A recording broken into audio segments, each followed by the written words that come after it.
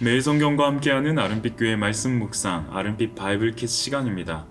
2023년 6월 16일 금요일, 오늘 함께 묵상할 본문은 로마서 10장 5절에서 13절까지의 말씀입니다. 오늘 본문에서 함께 주목하고자 하는 말씀은 로마서 10장 5절에서 10절입니다. 모세가 기록하되 율법으로 말미암는 의를 행하는 사람은 그 의로 살리라 하였거니와 믿음으로 말미암는 의는 이같이 말하되 내 마음에 누가 하늘에 올라가겠느냐 하지 말라 하니 올라가겠느냐 함은 그리스도를 모셔 내리려는 것이요 혹은 누가 무저갱에 내려가겠느냐 하지 말라 하니 내려가겠느냐 함은 그리스도를 죽은 자 가운데서 모셔 올리려는 것이라. 그러면 무엇을 말하느냐? 말씀이 내게 가까워 내 입에 있으며 내 마음에 있다 하였으니 곧 우리가 전파하는 믿음의 말씀이라. 내가 만일 내 입으로 예수를 주로 시인하며 또 하나님께서 그를 죽은 자 가운데서 살리신 것을 내 마음에 믿으면 구원을 받으리라. 사람이 마음으로 믿어 의에 이르고 입으로 시인하여 구원에 이르느니라. 어제 묵상한 본문에서 바울은 하나님의 새 언약이 예수님의 사역을 통해 성취되었음에도 불구하고 이를 받아들이지 못하고 옛 언약을 고수하는 유대인들의 어리석음을 지적했습니다.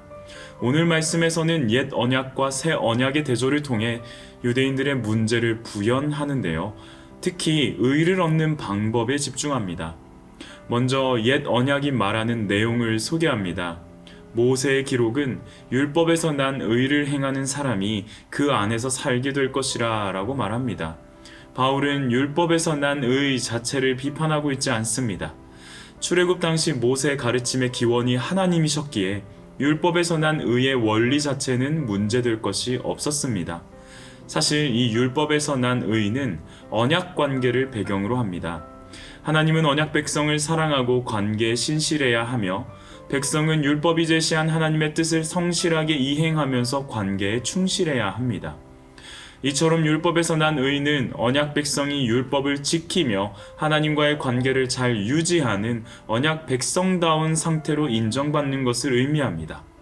이러한 의의 상태는 하나님의 사랑과 신실함을 지속적으로 경험하며 살게 합니다. 그렇기에 율법에서 난 의는 모든 언약 백성이 반드시 추구해야 하는 과정이기도 합니다. 심지어 예수를 통해 새 언약 백성이 된 신자도 율법을 통한 하나님의 뜻에 순종하며 살아야 합니다.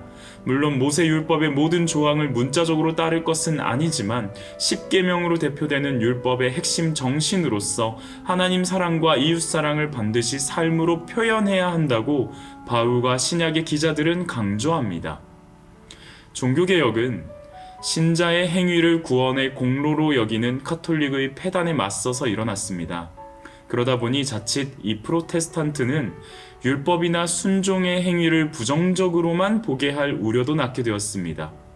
믿음으로 구원을 받는다라는 명제에 주목하다 보니 구원받은 믿음의 증거가 행위의 열매로 나타나야 한다라는 명제를 무시하게 되었던 것입니다. 그래서 우리의 신앙에는 예수 믿으면 됐지, 마음대로 살아도 괜찮다라는 그릇된 신앙관이 자리 잡고 있기도 합니다.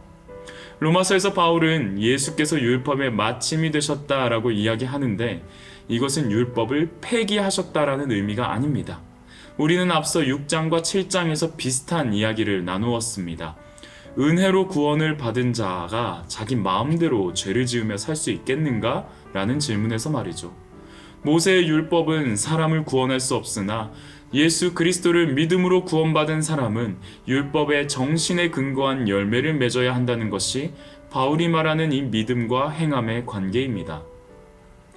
율법으로 말미암는 의를 충족하지 못하는 모든 인류 앞에 하나님의 신실하신 사랑은 새 언약을 약속하십니다. 그리고 때가 되어 십자가에서 율법을 이루지 못하는 죄인 대신에 예수를 심판하심으로써 죄인에 대한 율법의 저주를 끝내셨고 그의 부활로 구속 과정이 성공했음을 확증하십니다.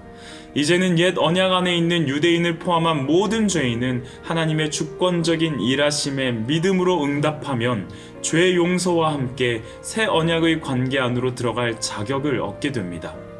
바울은 믿음으로 말미암는 의에 대해서 이어서 증거합니다. 조금 난해하게 느껴지는 구절로서 6절과 7절은 이러한 의미를 담고 있습니다. 예수께서 메시아로서 성육신하여 십자가와 부활로 구속사역을 완수하셨기에 다른 메시아를 찾을 필요가 없다라는 의미입니다. 그러니 하늘로 올라가려 할 필요도 깊은 곳에 내려가려 할 필요도 없다는 말을 하는 것입니다. 그리고 나서 8절에서 바울은 복음이 하나님의 말씀에 있음을 강조합니다. 입에 가까이 있고 마음에 가까이에 있는 복음의 말씀을 따라 9절과 10절에서와 같이 입으로 예수를 주로 시인하고 마음으로 믿어 구원에 이르는 과정을 설명합니다. 바울이 우리에게 요청하는 입의 시인과 마음의 믿음은 명확한 내용이 존재합니다. 그것은 바로 오직 예수 그리스도입니다.